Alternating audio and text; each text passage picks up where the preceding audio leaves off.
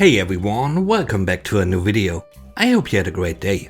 Let's take a look at some new PettyRevenge stories. Thank you for subscribing to the channel and for hitting the like button. If you haven't already, why don't you make this the video that you subscribe to the channel? And please don't forget to hit the like button for the algorithm. It really helps out the channel and would mean a lot. The first story is called Revenge Promotion. I worked at an auto parts store and we had just hired a new guy that seems to have prior experience in the business. But Christ, was he a jerk.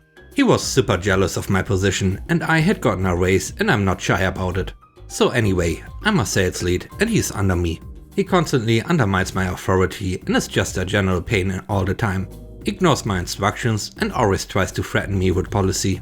So what I did was drop a hint that there was a store manager position I was considering, which normally was a good position. But this store was a wreck and everyone knew it. Never held a manager for over a month.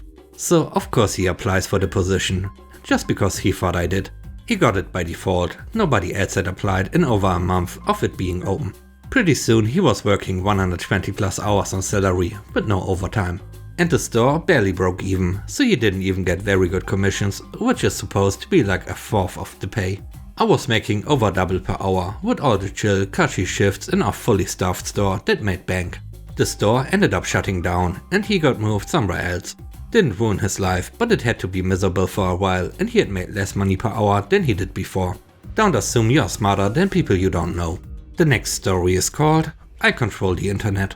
I work at a cafe in a major city in the USA. We are not listed as an internet cafe.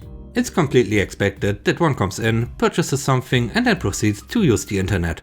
Technically, free Wi-Fi isn't free if you have to purchase something. So we are honest about it. Google Maps shows paid Wi-Fi and our website explains it. Here's the revenge. The Wi-Fi went out during a very busy day. Most everyone is a regular customer and was very understanding. Except for Kay. Now Kay was sitting inside for 3 hours without patronizing the business. The moment the Wi-Fi went out, she was furious. I've never personally seen her before and I'm there almost every day. Once I announced the Wi-Fi was down and I was working on the issue, she came right up to me. She demanded to watch me try to fix it, while being generally insulting and insinuating it was being done to her personally, on purpose. It wasn't. This continued for the next 20 minutes. Generally, I let most things slide, but not today. I'm not even supposed to be there working behind the counter. I'm covering. Also, I'm the manager. I run the internet here. I also specifically bought a router where I can limit or deny access to any device I choose. Most people name their computers, and it's pretty easy to guess who is who, especially if you are using a Lenovo. I think he means Mac. Once the internet came back, I guessed her MAC address and permanently blocked her computer from our network. And of course, she freaked out. I though am an idiot base level employee though. What do I know? Definitely nothing about computers. The third story is called Can't Borrow the Books I Want. I got bored of all the age appropriate books that the school let us read. So I decided to try and borrow a more mature book. I tried to take it to the librarian and the conversation went something like this. You're not allowed to borrow or read that book, put it away please. But, no buts, put that away, you're too young for that. My parents constantly sided with the school, so telling them wasn't an option. However, I thought of another plan. I used my pocket money from Christmas to buy a copy of 50 Shades of Grey. Next week at school, I made sure that the librarian who didn't let me read the book was on front desk duty and plopped down in a seat where the librarian could read the cover clearly. The look on her face when I started reading was priceless. She was absolutely flabbergasted and disgusted. The best part? She couldn't do anything. I still make a point of reading the book in front of her sometimes. The next story is called Morse Code Compliance. This happened a few years ago, and by few I mean a lot. I was a student in the mid-80s and I got a job for the summer working for a major electronics company. It was low skill, boring grunt work, but it was a foot in the door and paid good money. I worked in the IT department, next to a very noisy room filled with very wide dot matrix printers that buzzed and chattered all day long. It was the central printer room for the VAX system that we used back then. One of my jobs was to take the huge fan-fold printout. Each deck was about 2 by 1 feet and about a foot high, and separated into individual print jobs, lay them out on a table for people to pick up. I was also responsible for refilling the printer with new paper. The noise drove me nuts, so I closed the door.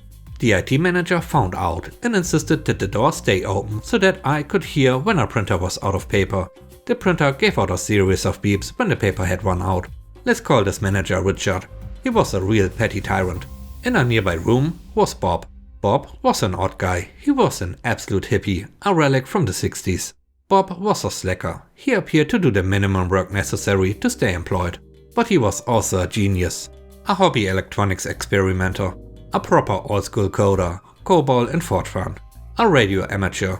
He wrote for electronics magazines. He designed and built his own computers, radios and hi-fi gear. And he would happily fix any electronics you brought him and refuse payment, and he was the go-to person for almost anyone in the company with a technical problem. The odder the problem, the better he liked it. Senior engineers would come down to Bob with a question and go away with an answer. Sometimes he was seconded to a project to consult, and on more than one occasion co-authored a technical paper and was named on a patent or two. Most of the time Bob didn't want any recognition or fuss. Usually you got to hear through the grapevines that it was his work. He liked his little room and liked to be his own boss.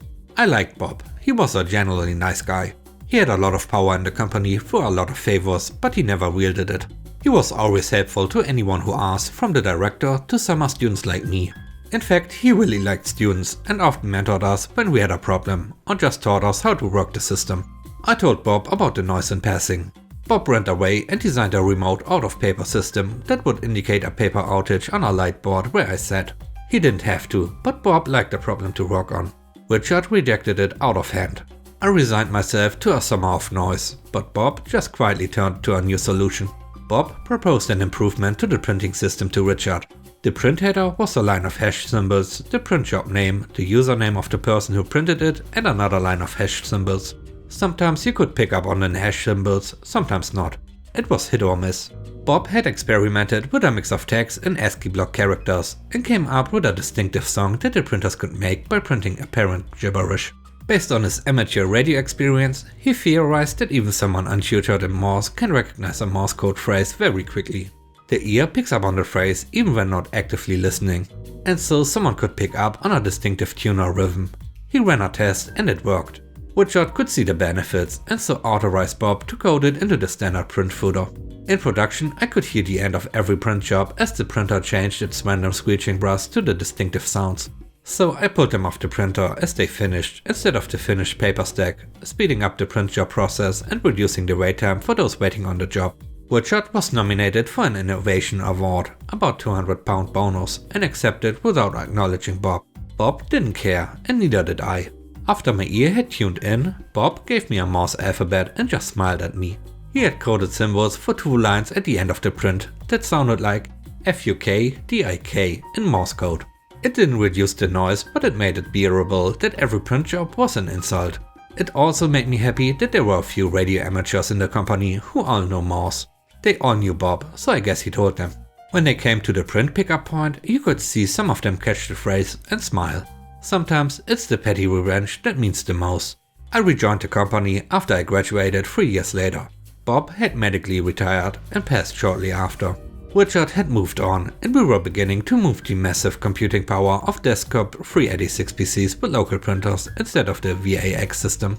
But I went down to the print room one day to hear FUK-DIK over and over. It made me so happy.